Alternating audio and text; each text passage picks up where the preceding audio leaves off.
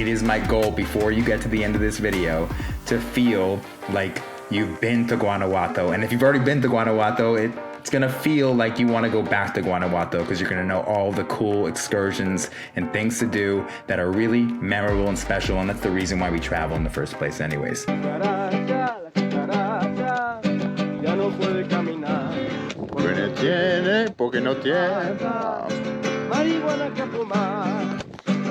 Welcome to this very special episode of exploring the amazing city behind me of Guanajuato. All right, the first excursion up is the Cubilete de Cristo. This is the second largest statue of Christ in the entire world. Should look familiar, like the most famous one in Rio. What's cool about this one is that you can actually double up and do the second excursion we're about to get to. Hold your horses, but super memorable, but we will get there. This is a religious site and it is a popular religious pilgrimage.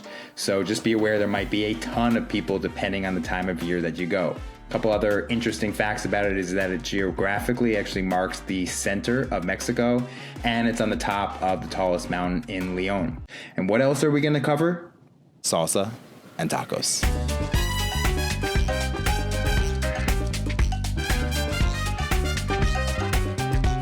Crazy memorable experience, one that I won't forget, and I'm not talking about just in Guanajuato, but really like of all my travels. I've done some horseback riding before, even in Ometepe, an island off the coast of Nicaragua, which was incredibly cool too.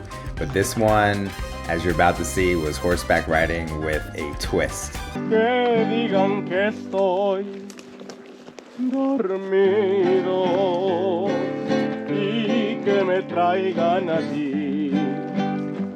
Que digan que estoy dormido y que me traigan a ti.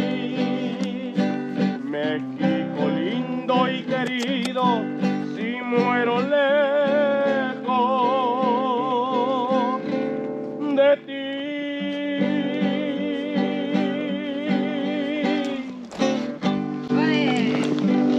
Eso.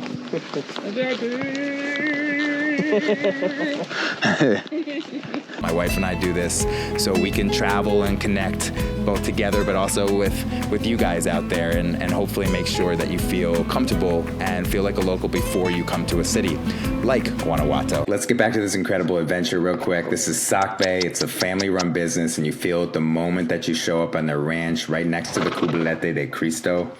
Canta y no llores, porque cantando se alegra, cielito lindo, los corazones. You can book this through TripAdvisor on Rasa Rosa GTO. I'll leave some of the information in the description of this video so you can book it yourself. This can be a romantic thing. This can be an adventure with your buddies. You can do this solo. However you do it, just do it.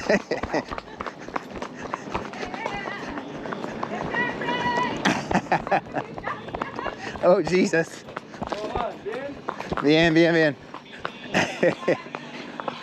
¿Qué tal paramos y comemos algo aquí? This one coming up is The Camino de Guanajuato by Jose Alfredo Jimenez, a very famous song that talks about a time when life wasn't very valued in Guanajuato and people would play Russian roulette and bet their lives all the time because la vida no vale para nada.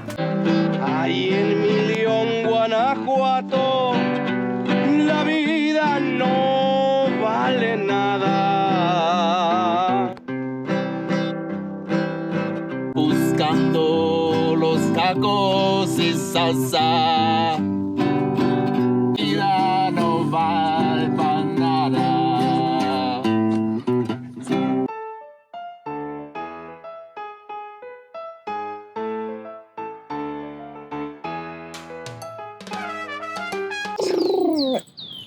Welcome to Salsa y Tacos. Where are we? We are in San Miguel de Allende.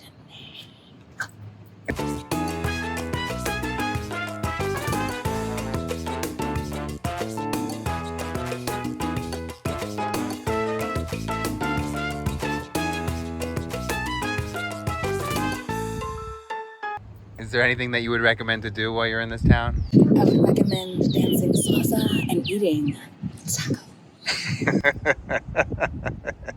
If you do treat San Miguel de Allende as an excursion, here are a couple top things that you need to do while you're here.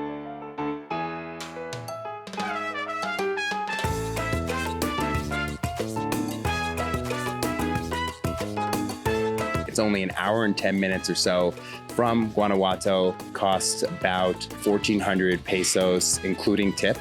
And if it was round trip, it probably would have been a little bit less.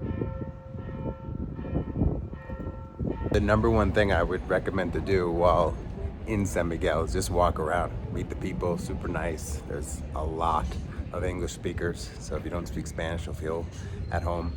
But look around, just beautiful flowers, beautiful architecture, beautiful shops and restaurants. Let's talk about why some of these expats are moving to San Miguel de Allende, a huge expat community. Maybe because of the food. There's delicious food just about everywhere that you look in San Miguel, and like high class food like lettuce and vegetables, things that Jeannie and I sometimes avoid at all costs in Mexico. Unfortunately, because of, water concerns, we've had some bad run-ins. You don't feel that way in San Miguel. It feels safe. There's deep, rich moles. There's classic local dishes like the one coming up here, this corn dish that you're about to see. Maybe y'all can help me out in the comments. I don't know what the name of it is, but it's homey and just goodness. There's also churros rellenos that you can find in San Miguel. Relleno meaning filled with delicious chocolates, a rich, great desserts that you'll really enjoy. And then, of course, there's local parks and art basically everywhere. Just things that will make you feel at home and feel, a little cultured and, walking around either at night or during the day. There's so much to see and feel and do in San Miguel that you're really going to have a good time. This iglesia is made of salsa and taco. Okay. Wow, this is extra support from my wife here. Normally she won't even acknowledge the name of the channel. He recently changed the name. The Jewish Divine One of the things to do in San Miguel de Allende is just walk around the streets and pop your heads into these amazing entradas. Their entrances are incredible. I mean, the care that they took on each entrance is just like something that we typically don't do nowadays. What is there to do in San Miguel de Allende? You've been filler-fallering around. I've been telling you, the only things in life there are to do are salsa and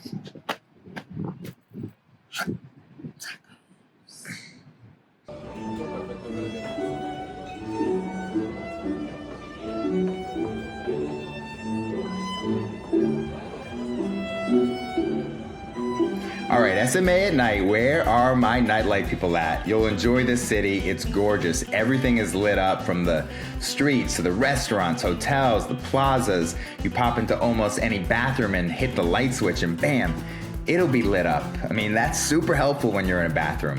The Atrio restaurant, totally delivered as far as atmosphere and ambiance is concerned. The food, not so much in my opinion, but the ambiance was totally there. Highly recommend. And the Rosewood Hotel, everyone's gonna tell you to go to the Rosewood Hotel for the sundown, great views of the main city plaza and the cathedral there. And there's always some sort of ambiance, it seems, on the rooftop because there's typically a wedding that's being held there. So the service is on point, the cocktails are on point, the food is on point. It's just a great, great restaurant to check out. And of course, the main square, if you're not a big drinker, just go for a little people watching and just take in the nightlife of SMA. Everything is centered around that main square. There's even mariachi bands just going around that you can pay to serenade you and your loved ones. Or if you have a terrible voice like this guy, you can pay to join in on the singing.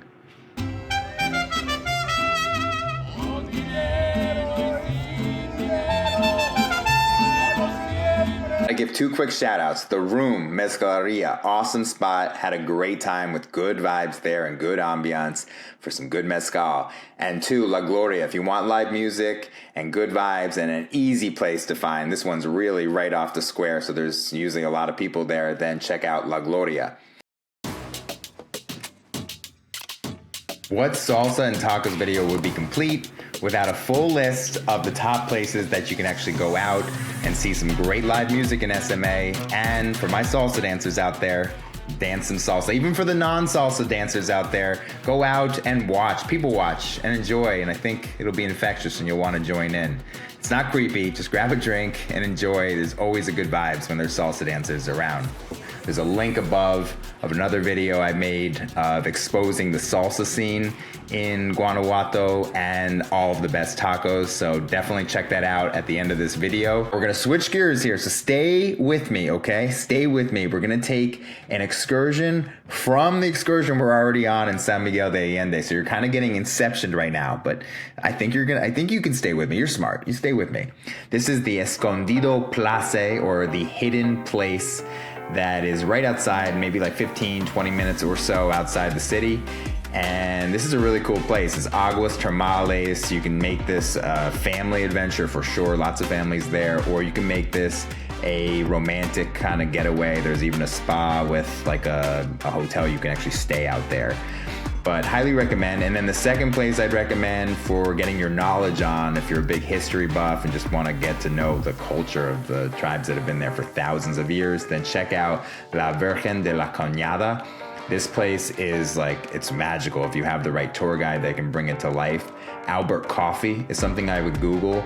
That was a great tour guide that a lot of people recommended. It's like $65 to $70. It is on private property, so you do have to book in advance and get a shuttle there, but really check this one out while you're in the area.